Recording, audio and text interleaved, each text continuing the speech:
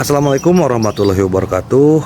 Mimin lanjutkan lagi cerita Raja Kegelapan Cipenya. Tapi seperti biasa, sebelum dilanjut, bantu tekan tombol like dan berkomentar juga Tuan Rena gas.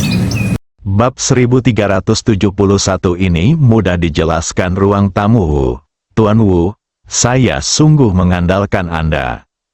Meng Tianhua menatap Wu Chengjun dengan penuh rasa iba, dengan ekspresi kasihan dan memohon di wajahnya. Karena dia mendukung keluarga Wu, dia ditangani oleh Ji Fei. Sekarang dia menjadi miskin seperti anjing. Dia sedang diselidiki secara menyeluruh dan dapat ditangkap kapan saja. Wu Chengjun merasa sedikit kesal saat melihatnya saat ini, dan dia sama sekali tidak ingin peduli dengan Meng Tianhua.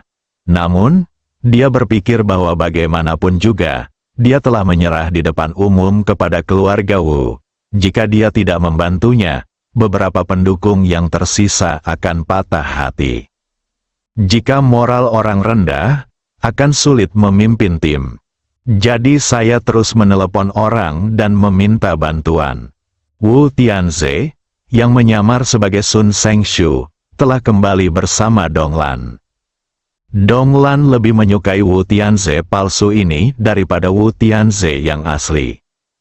Karena identitasnya masih Wu Tianze, dia dapat memanfaatkan semua sumber daya keluarga Wu dan dia masih tuan muda yang glamor dari keluarga Wu. Namun, Wu Tianze palsu ini beberapa kali lebih hebat daripada Wu Tianze asli. Sekalipun Wu Tianze minum obat, kemampuannya tidak akan setara dengan Wu Tianze palsu di ranjang. Donglan yang merasa puas baik secara fisik maupun mental kini tergila-gila pada Wu Tianze palsu ini. Sun Sengshu tidak menyangka bahwa Donglan akan ditaklukkannya di ranjang. Dia tidak mempunyai perasaan apa-apa terhadap Donglan dan bahkan bersedia membunuhnya kapan saja. Namun untungnya Donglan dapat menyembunyikan identitasnya dengan sangat baik, terutama identitas Donglan sebagai seorang selebriti, yang membuatnya sulit baginya untuk membunuhnya dengan mudah. Didi, tepat saat itu, ponselnya berdering, melihat panggilan masuk, dia melirik Donglan dan memberi isyarat padanya untuk keluar dari mobil. Donglan sangat patuh dan segera turun dari mobil. Sun Sengshu menekan tombol untuk menjawab panggilan. Ji Meiyan telah mulai mengakuisisi Tianhua Group. Ada nada menghina yang kuat dalam nada bicara pihak lain, seolah-olah dia merasa bahwa akuisisi Ji Meiyan adalah hal yang bodoh untuk dilakukan dan perilaku yang bodoh. Ketika Sun Sengshu mendengar ini, sudut mulutnya melengkung.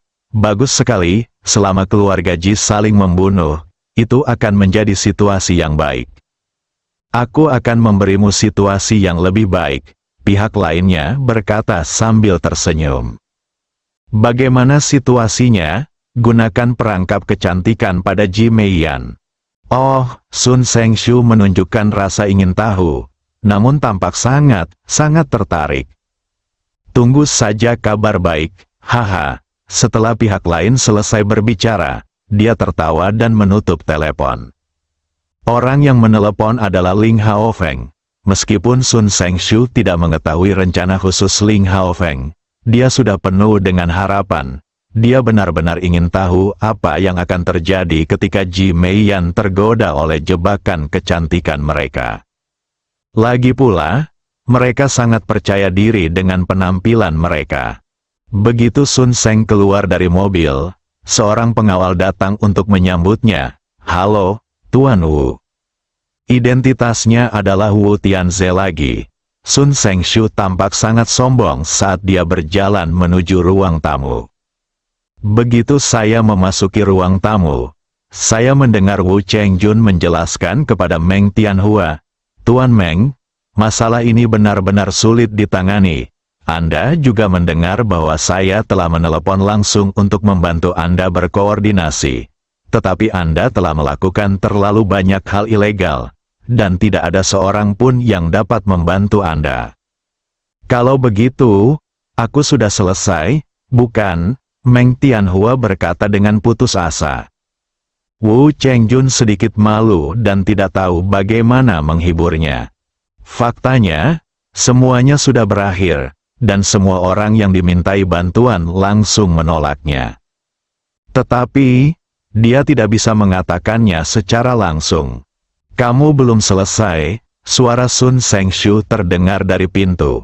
Perannya saat ini adalah Wu Tianze palsu. Tianze, sudah sepantasnya kau kembali. Coba lihat apakah ada cara untuk membantu Tuan Meng menyelesaikan masalah ini.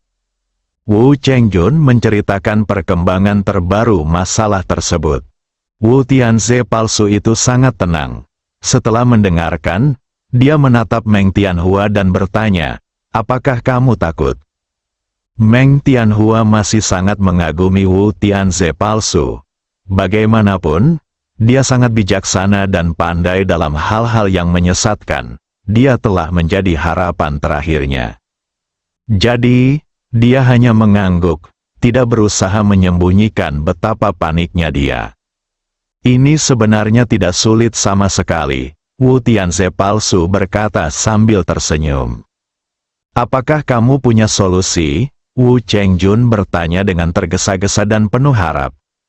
Saya baru saja bertemu Ji Meiyan dan Ji Fei di bar.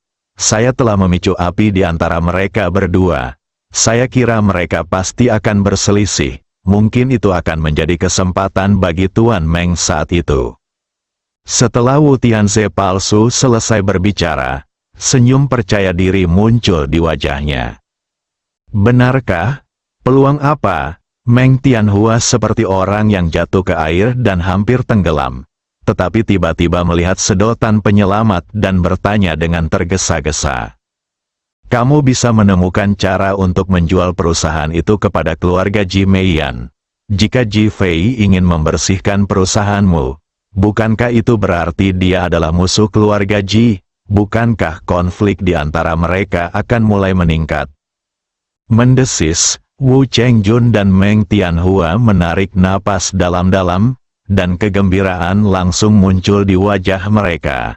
Ini benar-benar metode yang sempurna, dan bahkan kesempatan yang bagus. Mereka mengangguk setuju. Wu Tianze palsu itu diam-diam senang. Dia tahu bahwa meskipun Meng Tianhua tidak menghubungi Ji Meiyan, Ji Meiyan akan menghubunginya. Saya baru saja menunjukkan jalan bagi Meng Tianhua.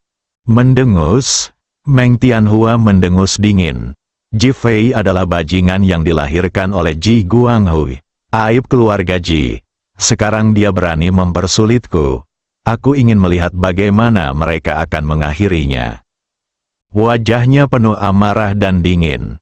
Jelas bahwa dia ingin membalas dendam pada Ji Fei dan menggunakan keluarga Ji untuk membunuh seseorang dengan pisau pinjaman. Didi, saat itu, ponsel Meng Tianhua berdering. Dia melihat nomor yang tidak dikenal, tetapi dia tetap menjawabnya. Halo Meng Tianhua, saya Ji Meiyan. Suara Ji Meiyan yang sangat mendominasi datang dari ujung telepon yang lain. Meng Tianhua tercengang. Dia tidak menyangka Ji Meiyan akan meneleponnya. Dia awalnya berpikir bahwa dia harus mencari cara untuk meminta Ji Meiyan membeli perusahaannya. Sekarang dia benar-benar berinisiatif untuk meneleponnya. Dia menarik napas dalam-dalam untuk menahan kegembiraannya dan langsung berkata kepada pembicara, apa yang ingin Direktur Ji sampaikan kepadaku? Saya ingin mengakuisisi grup Tianhua milik Anda. Berapa harga yang Anda inginkan? Ketika Meng Tianhua mendengar berita itu, dia begitu gembira hingga hampir berteriak. Ini benar-benar kesempatan sekali seumur hidup. Ini juga kesempatan bagus untuk membalas dendam pada Ji Fei. Berapa banyak uang yang ingin diberikan Direktur Ji? Perusahaan Anda memiliki terlalu banyak hal yang harus ditangani. Saya sudah tahu bahwa saya hanya dapat memberikan setengah harga paling banyak. Saya akan mengurus urusan perusahaan lainnya untuk Anda. Ketika Meng Tianhua mendengar kata-kata Ji Meiyan, sudut mulutnya berkedut, sungguh kejam. Dia kehilangan miliaran hanya dengan satu gerakan ini. Merasa agak enggan, dia memandang Wu Chengjun dan Wu Tianze. Sebelum Wu Chengjun selesai berbicara, Wu Tianze mengangguk. Meng Tianhua masih ingin memperjuangkannya, tetapi Wu Tianze sudah menulis di atas kertas bahwa keluarga Wu akan memberikan kompensasi kepada Meng Tianhua sebesar 5 miliar yuan. Ketika Meng Tianhua melihat ini, matanya berbinar dan dia dipenuhi dengan kegembiraan. Saya setuju untuk menjualnya. Bagus, aku akan mengirim seseorang untuk menghubungimu guna menandatangani kontrak. Ji Meiyan menutup telepon setelah dia selesai berbicara. Meng Tianhua memandang Wu Tianze palsu. Wu Tianze palsu langsung menulis cek sebesar 5 miliar dan menyerahkannya kepada Meng Tianhua, memintanya untuk menanganinya. Meng Tianhua terkejut lagi. Dia tidak menyangka Wu Tianze palsu akan begitu terus terang.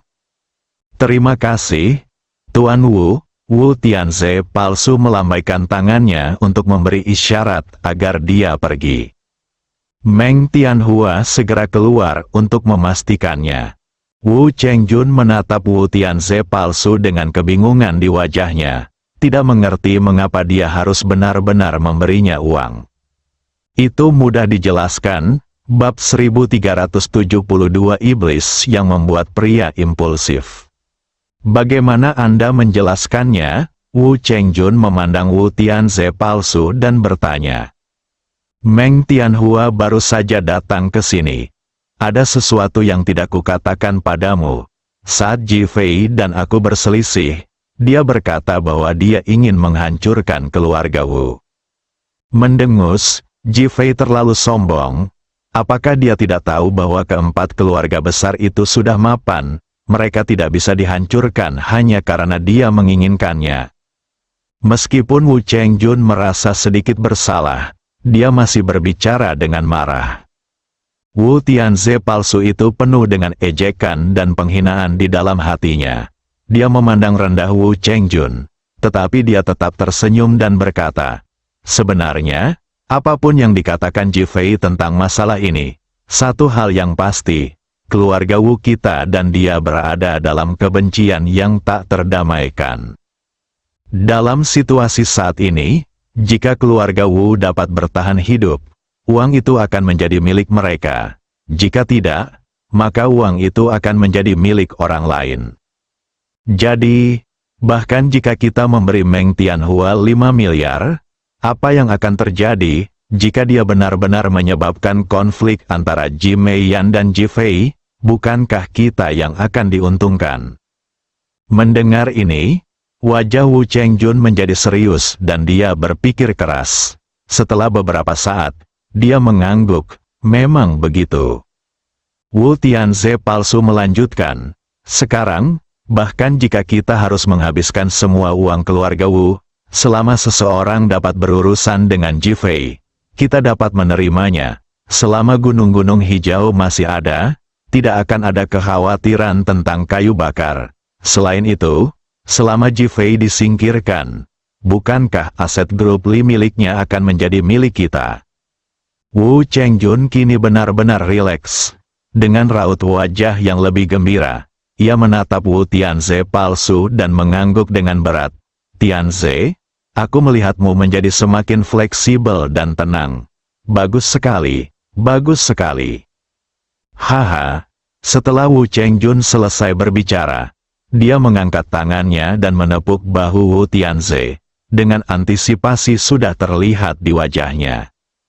Ketika saya memikirkan fakta bahwa Wu Tianze palsu dapat menggigit Yang Jie sampai mati, saya semakin bersemangat. Ji Fei hebat, dan putranya juga sama hebatnya. Wu Tianze palsu tidak mengatakan apa-apa lagi. Setelah mengucapkan selamat tinggal kepada Wu Chengjun, dia kembali ke kamar tidur. Donglan sudah selesai mandi dan mengenakan pakaian dalam bermotif macan tutul yang seksi. Dia duduk di tempat tidur dengan gaya genit, menunggu Wu Tianze palsu. Wu Tianze palsu merasa sedikit jijik dalam hati dan dia sangat membenci Donglan. Tianze, aku masih menginginkannya. Donglan tidak tahu hal ini dan sudah menerkamnya dengan cara genit. Wu Tianze palsu ingin menolak, tetapi ketika dia memikirkan saran Ling Haofeng untuk menggunakan jebakan kecantikan pada Ji Meiyan, dia menjadi sangat tertarik. Betapa hebatnya jika itu terjadi padanya. Memikirkan wajah cantik Ji Meiyan, hasrat pun langsung muncul. Lalu ia memeluk Donglan erat-erat. Hari berikutnya, Ji Fei bangkit dan Qi Yuan sudah menunggu di pintu. Ada apa? Melihat Qi Yuan datang sepagi ini, pasti ada sesuatu yang terjadi. Kami tidak mengakuisisi Tianhua Group. Suara Qi Yuan rendah dan penuh kemarahan. Ji Fei tercengang, ini sudah diatur untuk Si Bin. Jadi mengapa dia tidak mendapatkannya? Mengapa Qi Yuan membicarakan hal ini? Qi Yuan berinisiatif menjelaskan, kami telah mengungkapnya sesuai dengan rencana Anda. Grup Tianhua memang sedang kacau. Tepat saat kami bersiap untuk mengakuisisinya, Si Bin yang pergi untuk mengakuisisinya dipukuli oleh pengawal Meng Tianhua. Jika kami tidak datang tepat waktu, dia mungkin telah dipukuli sampai mati. Si Bin dipukuli. Ketika Ji Fei mendengar ini, seluruh wajahnya langsung berubah gelap seolah-olah ada air yang menetes darinya. Qi Yuan mengangguk. Ya, dia dipukuli dan tidak bisa bangun dari tempat tidur. Jadi saya datang untuk melapor. Oh, Ji Fei mencibir dengan marah. Siapa yang memberi Meng Tianhua keberanian? Nada suaranya dingin, dan seluruh tubuhnya dipenuhi niat membunuh. Keluarga Ji, setelah Qi Yuan selesai berbicara, dia menatap Ji Fei, ingin tahu reaksinya. Kamu mengatakan bahwa keluarga Ji memerintahkan Meng Tianhua untuk memukul Si Bin. Wajah Ji Fei menjadi semakin muram dan jelek. Ya, itu keluarga Ji, dan keluarga Ji telah mengakuisisi grup Tianhua. Ji Fei tidak mengatakan apa-apa kali ini, tetapi ada niat membunuh di sudut matanya, dan dia jelas marah. Si Bin dipukuli, yang membuatnya marah. Terakhir kali Han Lu menindas Si Bin. Si Bin mengalami trauma seumur hidup. Ji Fei merasa sangat simpatik dan berharap dapat membantu Si Bin keluar dari traumanya. Sekarang dia baru saja keluar dari bayang-bayang. Dia tidak menyangka hal seperti ini akan terjadi lagi. Bukankah ini akan membuat Si Bin terpuruk lagi? Dan orang yang menyebabkan semua ini sebenarnya adalah seseorang dari keluarga Ji. Bukankah dia sudah menyampaikan peringatanku kepada Ji Meiyan? Apakah mereka mencoba memprovokasi keluarga Xinji kita? Seperti dugaan Ji Rongsheng, dia tidak benar-benar ingin menghancurkan keluarga Ji sampai mati. Bagaimanapun, dia harus mempertimbangkan bagaimana perasaan ayahnya saat dia bangun nanti. Dan dengan identitasnya saat ini, sangat mudah untuk berurusan dengan keluarga Ji. Itulah sebabnya dia meminta Ji Meiyan untuk meminta maaf kepada orang yang bertanggung jawab atas keluarga Ji kemarin. Tujuannya adalah untuk berbicara dengan Ji Rongsheng tentang masa lalu. Namun, pihak lain mengambil inisiatif. Qi Yuan menatap Ji Fei yang hampir meledak marah, tanpa berkata apa-apa. Namun, matanya penuh dengan harapan. Seolah-olah dia sedang menunggu Ji Fei mengatakan sesuatu sebelum bertindak. Di mana Si Bin? Ji Fei bertanya. Halaman depan. Bawa dia ke Tianhua Group dan minta biaya pengobatan. Ji Fei berjalan menuju halaman depan. Qi Yuan mengikuti dari belakang dengan penuh harap. Tidak ada yang bisa menindas mereka. Di kamar Si Bin di halaman depan, tubuh Si Bin dibalut perban medis. Meskipun Qi Yuan telah merawatnya, luka-lukanya sangat serius. Melihat Ji Fei datang, Si Bin ingin berdiri, namun dihentikan oleh Ji Fei yang tangannya sudah berada di denyut nadi Si Bin. Beberapa detik kemudian, Ji Fei menarik tangannya dan menatap Si Bin. Tidak apa-apa, tidak ada yang serius. Bersabarlah sebentar. Aku akan membawamu ke grup Tianhua untuk menyelesaikan masalah dengan mereka. Dan setelah itu, aku akan menyembuhkanmu. Ji Fei menatap Si Bin dan berkata. Mata Si Bin memerah. Dia merasa seperti sedang diperhatikan oleh seseorang. Dia sangat tersentuh dan bahagia di dalam hatinya. Dia menatap Ji Fei dengan rasa terima kasih. Dan dia tidak keberatan mengorbankan nyawanya untuknya. Kita ini saudara. Tidak perlu melakukan ini. Ji Fei menepuk tangannya dan menoleh untuk melihat Qin Jie. Pilih dua saudara yang memiliki kualitas baik untuk menjadi pengawal Si Bin di langkah selanjutnya. Tuan, saya sudah mengaturnya, Qin Jie berkata cepat. Ji Fei mengangguk, mengungkapkan kepuasannya terhadap pekerjaan Qin Jie. Dua pengawal masuk, mengangkat Si Bin dari tempat tidur, lalu masuk ke mobil dan bergegas ke Tianhua Group. Saat ini, karpet merah digelar di pintu masuk Tianhua Group. Para karyawan perusahaan berdiri dalam dua tim, dengan Meng Tianhua berdiri di tengah. Wajahnya penuh senyum dan dia tampak sangat energik. Hari ini, Tianhua Group akan menyelesaikan serah terima dengan Ji Meiyan. Melihat kata-kata besar, grup Tianhua, dia tiba-tiba merasa bahwa dia benar memilih keluarga Wu. Setidaknya dia tidak menderita kerugian apapun dan sekarang dia bisa keluar dengan aman. Didi, pada saat ini, diiringi suara klakson mobil, Ji Meiyan mengendarai mobil sport Ferrari merah menuju perusahaan. Meng Tianhua menatap Ji Meiyan di dalam mobil. Wajahnya oval cantik, matanya bulat besar, dan bibirnya manis. Dia benar-benar cantik.